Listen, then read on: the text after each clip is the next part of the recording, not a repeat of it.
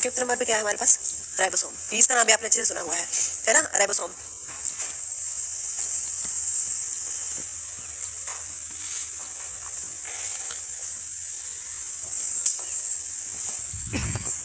ठीक है, राइबोसोम ये दोनों में रहेगा। समझ रहे हैं ये किसके अंदर है? ये दोनों के पास है। अकरना बोथ प्लांट्स एंड एनिमल। ठीक है, अच्छा एक चीज ध्यान रखना, इसके पास डबल मेम्ब्रेन नहीं है। इसके पास मेम्ब्रेन वैसे कवरिंग तो है, पर लाइक ए परफेक्ट मेम्ब्रेन इसके पास नहीं है। ठीक है, नो डबल मेम्ब्रेन।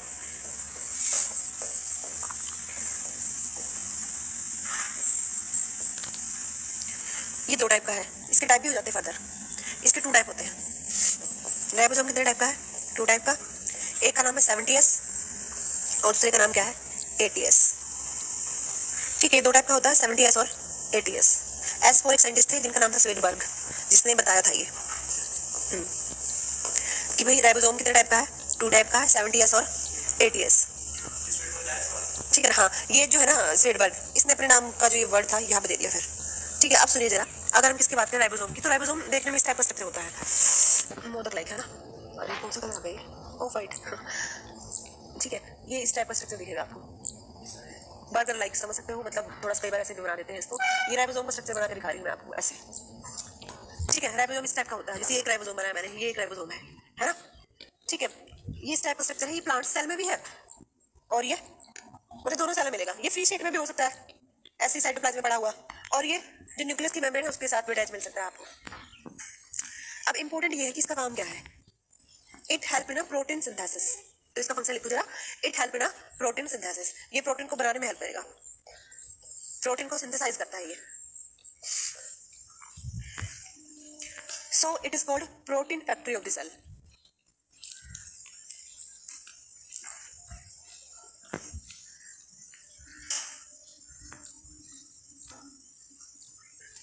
हाँ, protein factory of the cell,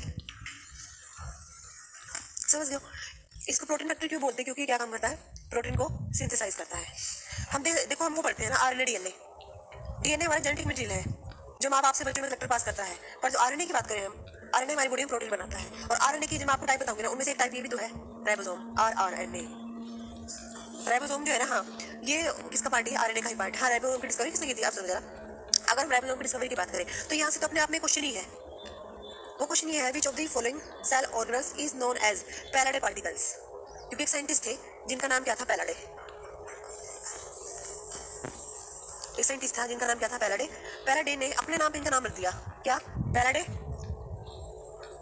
particles, Palade के कण, ये इस नाम से। ये क्वेश्चन आया भी हुआ पेपर में, पैलाडे के कण के नाम से किस कोशिका उपांग को जाना जाता है? ठीक है, which of the following cell organelles is known as Palade particles, Palade के कण। तो कौन से हैं? हाँ वो है, वो कौन से हैं? राइबोसोम। तो यहाँ पे दो तीन पॉइंट याद रखने हैं राइबोसोम के आपने, दोनों में है, इसके अराउंड डबल मेम्ब्रेन नहीं है। ठीक है, और इसका काम है प्रोटीन को सिंथेसाइज करना, इसलिए इसको क्या बोलते हैं? प्रोटीन फैक्ट्री बोलते हैं इसको हम। और इसी को ही किस नाम से जानते हैं? पैलाडे पार्टिकल्स। बस ये 4 पॉइंट हो गए यहाँ तक। ठीक है, अब नेक्स्ट पहुंच गया है माइटोकॉन्ड्रिया, 6 नंबर।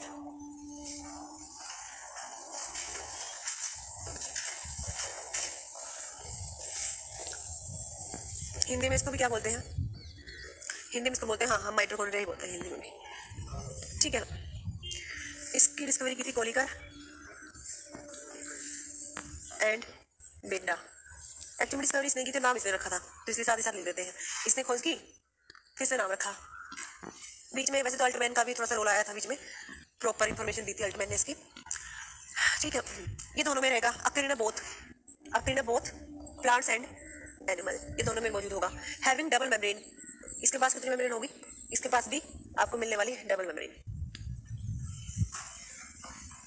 जैसे सेल है ये, मैं अभी एक ही सेल बना रही हूँ सिर्फ प्लांट, बाकी सॉरी एनिमल, बाकी दोनों में ये प्लांट्स में भी और ये एनिमल में भी है। इस टाइप का स्ट्रक्चर ऐसे मिलेगा आपको, ये जो बनाया है ना यहाँ पर। ठीक है, ये क्या है? माइटोकॉन्ड्रिया है।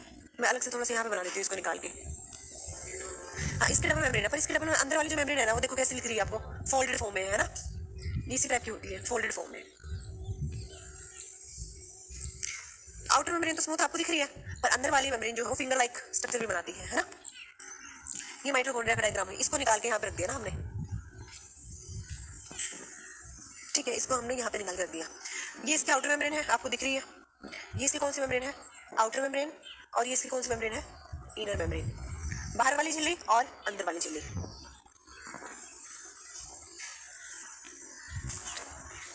और जो फिंगर लाइक है क्रिस्टे, ये फिंगर लाइक जो स्ट्रक्चर है। अब इसमें इंपॉर्टेंट पॉइंट वो क्या है, एक तो इसमें जो मैट्रिक्स भरा हुआ है, इसमें सॉरी मतलब जो इसमें लिक्विड भरा हुआ है इसके अंदर, उस लिक्विड का जो नाम है वो क्या है? मैट्रिक्स। लिक्विड का नाम क्या है? मैट्रिक्स। माइटोकॉन्ड्रिया में जो तरल पदार्थ है उसका नाम क्या है? मैट्रिक्स। यहाँ तक होगा? अब सुनो जरा, इसका रोल है क्या? जो हमने खाना खाया ना, सुनो जरा, जो हमने खाना खाया उसका डाइजेशन होगा, वो किस फॉर्म में आ जाएगा? ग्लूकोज की फॉर्म में। ठीक है, हमने जो खाना खाया है, चपाती खाई सपोज करो, ठीक है, वो ग्लूकोज में कन्वर्ट होगा, उसके बाद तो पूरी बॉडी में डिस्ट्रीब्यूट हो जाएगा। आपको पता नहीं कि जब हम खाना खाते हैं तो उसका पहले पाचन होगा, सिंपल फॉर्म में आएगा, और सिंपल फॉर्म क्या है उसकी? ग्लूकोज। ठीक है, सिंपल फॉर्म क्या है उसकी? ग्लूकोज है। फिर हमारा ब्लड उसको उठा के हमारी छोटी आंत से उठाएगा और पूरी बॉडी को क्या कर देता है? डिस्ट्रीब्यूट कर देता है। मीन्स आपके जितने भी सेल है ना, उन सभी के पास क्या पहुंच जाता है? ग्लूकोज। ठीक है, जब आप सांस लेते हो, ठीक है, ऑक्सीजन कहाँ पे चला गया? लंग्स में। लंग्स से वो कहाँ पे गया? ब्लड में। और ब्लड से फिर कहाँ गया? पूरी बॉडी में। मीन्स आपने जो सांस लिया है ना, आप ऑक्सीजन ले क्यों रहे हो? अगर क्या है, पहले ग्लूकोज से बनता है पायरुवेट, एक केमिकल का नाम है पायरुवेट, वो तो यहाँ पे बन जाएगा सेल किस पार्ट में? पायरुवेट की एंट्री होगी फिर कहाँ? माइटोकॉन्ड्रिया में। फिर वो पायरुवेट रिएक्ट करेगा किसके साथ? ऑक्सीजन के साथ, और फिर बहुत सारी एनर्जी प्रोड्यूस करेगा जो आपकी बॉडी को जरूरत है, जो आपकी बॉडी को चाहिए। आपने खाना इसलिए खाया था आपको एनर्जी मिले, जो आप सांस ले रहे हो ये इसलिए है ताकि आपको क्या मिले? एनर्जी मिले। ठीक है, मीन्स आप सिंपली कह सकते हो यहाँ पर कि यहाँ पे जो आपने ग्लूकोज खाया है, जो आपने ग्लूकोज लिया हुआ है, आपकी बॉडी में जो ग्लूकोज है उसकी रिएक्शन होगी किसके साथ? ऑक्सीजन के साथ। और कोई भी चीज जब ऑक्सीजन के साथ रिएक्ट करती है इसको हम क्या बोलते हैं? ऑक्सीडेशन। ठीक है, तो ऑक्सीडेशन किसका होगा? यहाँ पे फूड का। हेयर, अब यहाँ पे होगा क्या? Here oxidation of food. यहाँ पे क्या होगा? ऑक्सीडेशन ऑफ फूड होगा एंड फॉर्मेशन ऑफ एनर्जी।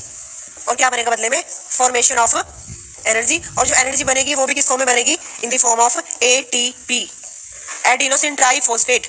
ठीक है ना, किस फॉर्म में आएगी एनर्जी? एडिनोसिन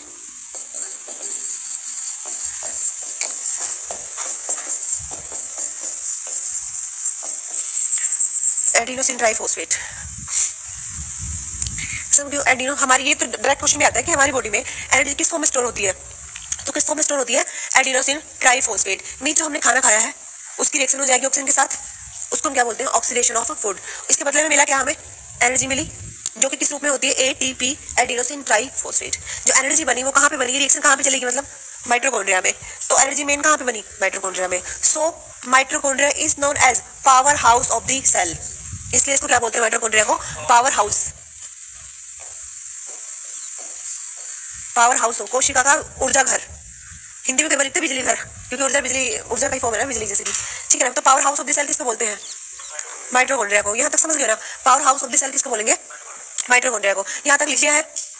ठीक है, अब इसके अलावा और से क्या प्रॉपर्टी है लिखिए यहाँ तक। अब समझ रहा, जैसे माइटो, ये सेल थी हमारी, है ना, और सेल में ये क्या था? माइटोकॉन्ड्रिया था, जो अभी हमने बना रखा था, है ना, ये तो था ना, ये माइटोकॉन्ड्रिया है इस सेल के पार्ट। ठीक है, जो अभी हमने डायग्राम बनाया था, आप उसी में लिख देना। अभी जो मैंने बोला वो ये तो रिएक्शन थी ना, C6H12O6, ये फूड है आपका, ये रिएक्ट कर जाएगा किसके साथ? ऑक्सीजन के साथ। इस रिएक्शन को आप क्या बोलोगे? ऑक्सीडेशन। और बदले में यहाँ पे क्या बन गया? एटीपी, जो आपको जरूरत थी, जो आपकी एनर्जी है। ठीक है, energy store in the body in the form of ATP. हमारी बॉडी में एनर्जी किस फॉर्म में स्टोर होती है? तो वो होती है एटीपी की फॉर्म में। ये अपने आप में एक क्वेश्चन है। ठीक है, कि हमारी बॉडी में एनर्जी किस रूप में स्टोर होती है? एटीपी की फॉर्म में। Energy store in the body in the form of ATP. पर जो आपको नहीं चाहिए था वो भी तो बनेगा साथ में। CO2 और वाटर आपकी बॉडी यूज करेगी, और CO2 को हमारी बॉडी जब सांस छोड़ते हैं तो बाहर निकाल देती है।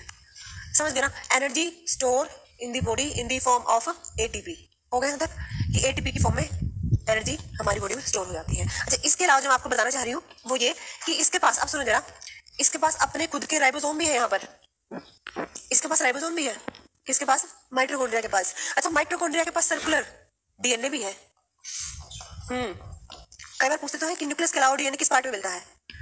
तो किस में मिलता है? माइटोकॉन्ड्रिया में। और ये क्या है यहाँ पर? राइबोसोम। देखो एनर्जी तो बनी रही है इसके अंदर, साथ में प्रोटीन भी बना सकता है ये तो, है ना। डीएनए है तो ये अपने कुछ और भी काम कर सकता है डीएनए के बेसिस पे। तो ये बहुत सारे अपने काम खुद से कर सकता है। ठीक है, स्टार्टिंग में तो ये माना गया था कि ये मतलब कुछ साइंटिस्ट उन्होंने ये माना कि एक अलग से ऑर्गेनिज्म है, ठीक है, एक अलग से जीव है जो हमारी कोशिका के अंदर पाया जाता है, ठीक है। फिर इसको बाहर निकाल के रख दिया, फिर क्या नोटिस किया कि ये इसकी डेथ हो गई। इसका मतलब ये किसके ऊपर डिपेंड है जिंदा रहने के लिए? इसको किसकी जरूरत है? सेल की जरूरत है। क्या इसका अपने आप में कोई एग्जिस्टेंस है? नहीं है। भला इसके पास पावर है, वही राइबोसोम बना सकता है, सॉरी प्रोटीन बना सकता है, एनर्जी बनती है इसके अंदर, और डीएनए भी है, कुछ तो पावर इसकी अपनी भी है, पर फिर भी किसके ऊपर डिपेंड है? सेल के ऊपर डिपेंड है जिंदा रहने के लिए। इसलिए इसको ऑटोनोमस ना बोल के, ऑटोनोमस समझते हैं ना, स्वतंत्र, जो किसी के ऊपर डिपेंड ना हो, पर ये ऐसा तो है नहीं, कुछ पावर खुद की है, कुछ ये सेल पर डिपेंड है, इसलिए इसको क्या बोलते हैं? Semi autonomous. तो ये अपने आप में क्वेश्चन है कि किस कोशिका उपांग को, किस कोशिका के पार्ट को क्या बोलते हैं हम? Semi autonomous cell organelles of the cell, अर्ध स्वतंत्र कोशिका उपांग। समझो ये क्या है? Semi autonomous. क्यों है सेमी ऑटोनोमस? क्योंकि इसके पास खुद की भी तो कुछ पावर है, ठीक है। तो ये क्या है? Semi autonomous. अब इससे नेक्स्ट हम क्या पढ़ेंगे? कितने नंबर तक पहुंच गए हम? अब हम 7th पे आ गए हैं, जिसका नाम क्या है? क्लोरोप्लास्ट।